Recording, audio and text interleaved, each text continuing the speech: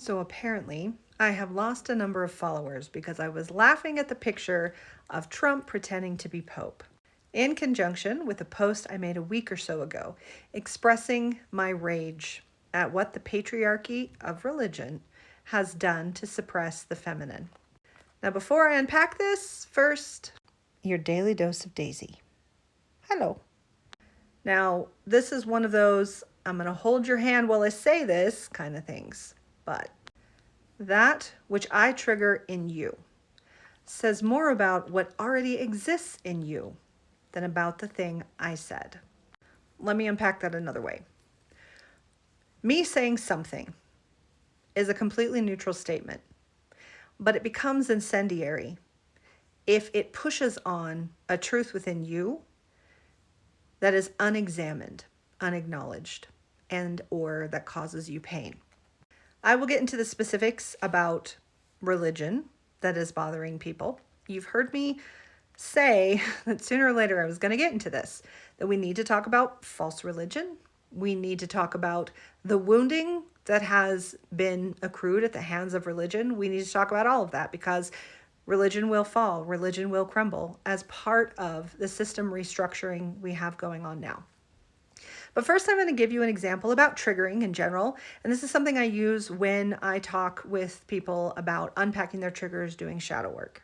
So let's say that someone comes up to me, I'm walking down the street, and someone comes up to me and they say, "You have the ugliest red hair I have ever seen." Okay, well, first of all, I do not have red hair. So clearly that statement is about them, that person. I don't know what they're on about, but that has nothing to do with me. That has everything to do with them. Okay, so let's say I did have red hair and I loved my red hair. Yet again, that statement is about them. They hate red hair. I'm cool to keep liking my red hair. I'm good with that. They've got beef, that's none of my business. Okay, so then what happens if I do have red hair and I'm very self-conscious about it and I have been teased my whole life for red hair? So when someone says that to me, it triggers something very deep within me and all the feels come up and I'm hurt and I'm angry and I want to lash out. That is about me and what I have within me. It is not about the other person. The other person, granted, that was rude, but the other person triggered something that existed within me. It's my shadow. It's my wounding. It's about me and not the other person. Okay, so let's unpack what this has to do with the Pope and people being triggered. First of all, I'm pretty sure more people were triggered about Trump who made the photo or whoever made the photo and him posting it and being serious about it than they were about me laughing about Trump. But regardless, I still got plenty of comments. Now, this video format is not long enough to get into all of the triggers that could possibly have been triggered by this whole situation. But these are the few that I'm going to unpack, excuse me, with regards to me and my work here and how this triggers people in so many ways.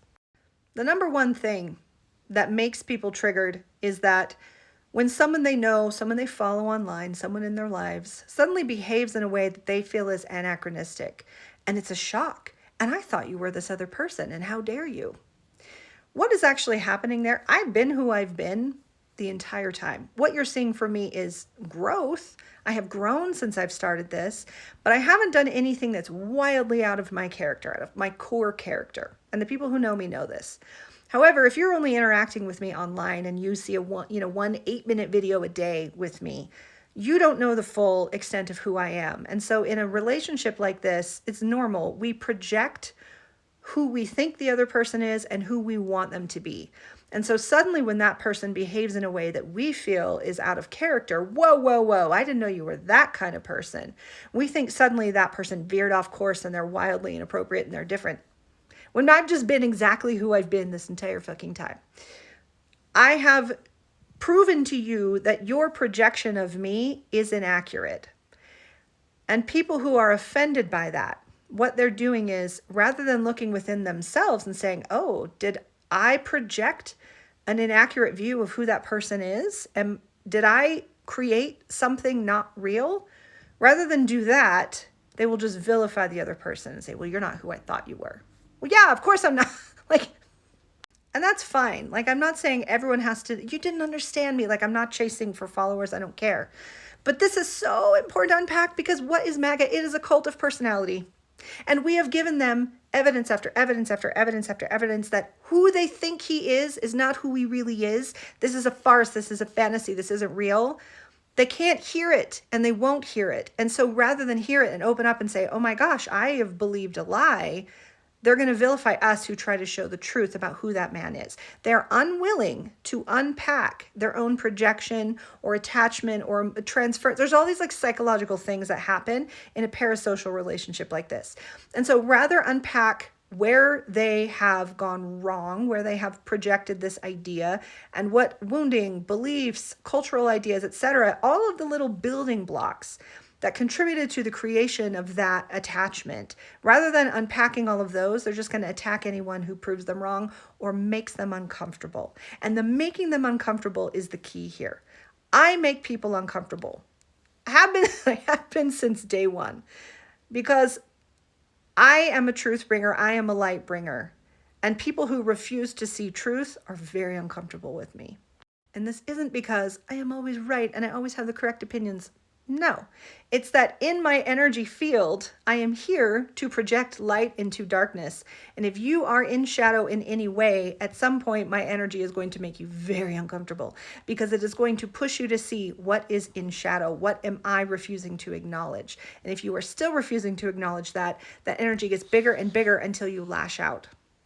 Okay, let's get into the specifics of the triggering around this issue. I'm going to make a part 2 to get into that.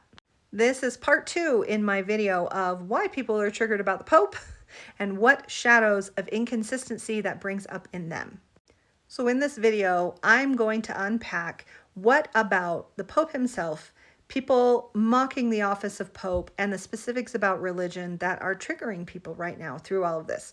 Now, this is both what Trump has done and said, and certain videos that I've made that have triggered people. What about the circumstances right now are specifically triggering people that they need to look into to find the shadow within? It's very interesting that in my laughing video, I brought up the Jim Gaffigan bit where he's like, hey, listen, fella, like they're laughing just fine until he says the thing that offends them personally. Because that's literally what happened in that video. People got offended personally. Hey, wait a minute. So what I pushed on in them is whether they have, they idolize the Pope or his office or religion or the sacredness of it. What I pushed on is the fact that people laugh at religion. People are angry at organized religion. People do not respect people in positions of power in organized religion. And that pushes on a shadow, that pushes on a wound. Why do some people laugh at it and some people respect it? Why are some people angry that others laugh at it? What were they taught? What conditions, social conditions, familial conditions, what conditions were put on them that makes them feel it's unacceptable to laugh at a person in power?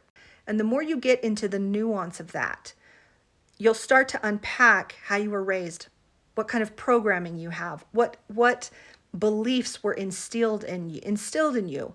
So I come along and I do something that is contrary to their programming, that's triggering their programming. And so rather than getting into what in this programming is making me uncomfortable, they just see me as the person who's making them uncomfortable. Get rid of her. But if they were to keep digging into the programming, they would find a lot of inconsistencies and a lot of things in their life that are trying to expire, trying to be brought into light so we can see them and move on and let go. Chief among them being this idea that it is unacceptable to criticize a person in power. And that idea is what has led us to our entire political situation right now. So if they're following me because they love to laugh at Trump, but suddenly I laugh at this concept of papal authority and they're uncomfortable by that, there's an inconsistency in their belief system. I can laugh at Trump, but no one can laugh at the Pope. Why? Why is that? There's a lot of things in there we could get into. He's a holy person. He's a sacred person. He's a good guy, whatever. I'm not going to get in the specifics of that. What I'm pointing out is the inconsistency that is bubbling up within them. Trump, okay. Pope, not okay to laugh at. It is pointing to a system within them that is not allowing them to question authority. That is not allowing them to have disrespect for a man that is called holy. Why do we call him holy? Might he have been a good man? Yes. Might he have been a loving man? Yes. But does he lead an organization that is known worldwide for sexual abuses, corruption, covering them up, allowing abuses to continue? So you can want to expose Trump for the same things, but if you don't want the Catholic Church for being exposed for the same things, that discomfort is within you. That shadow is within you. And me pointing it out is just alerting you to the fact that the trigger is there. So this is what shadow work is. It's not just about how we were wounded, how somebody hurt us. It's about what within our belief system is inconsistent with the person we're becoming. It's about what inside us needs further examination, which is making us very uncomfortable. That is normal. So if you are perfectly fine at laughing at Trump and not okay with laughing at the concept of organized religion or mocking organized religion, there's an inconsistency within you. One that says we must challenge authority, and the other that says we cannot challenge authority because they've told us they are holy. So if I make you uncomfortable, good. Fantastic. Not because I'm an asshole, not because I want to be an asshole, but because this is the whole point of shadow work. When we are uncomfortable, there is a wound there that needs addressing. There is an inconsistency in belief. There is a revelation that wants to be born through you. And if we are so stuck on the wounding, how dare you? Then we can never, ever heal and bring ourselves fully into the light. Back to the metaphor of the red hair, you're stuck on your red hair. The red hair is alerting you too. There's a wound inside. There's an inconsistency. It needs your attention. You need to look at it. So don't turn away. That's what this time period is for. And we, personally and collectively, are going to continually get more and more and more uncomfortable as all of our shadows are brought to the light. That's what leads to the crumbling.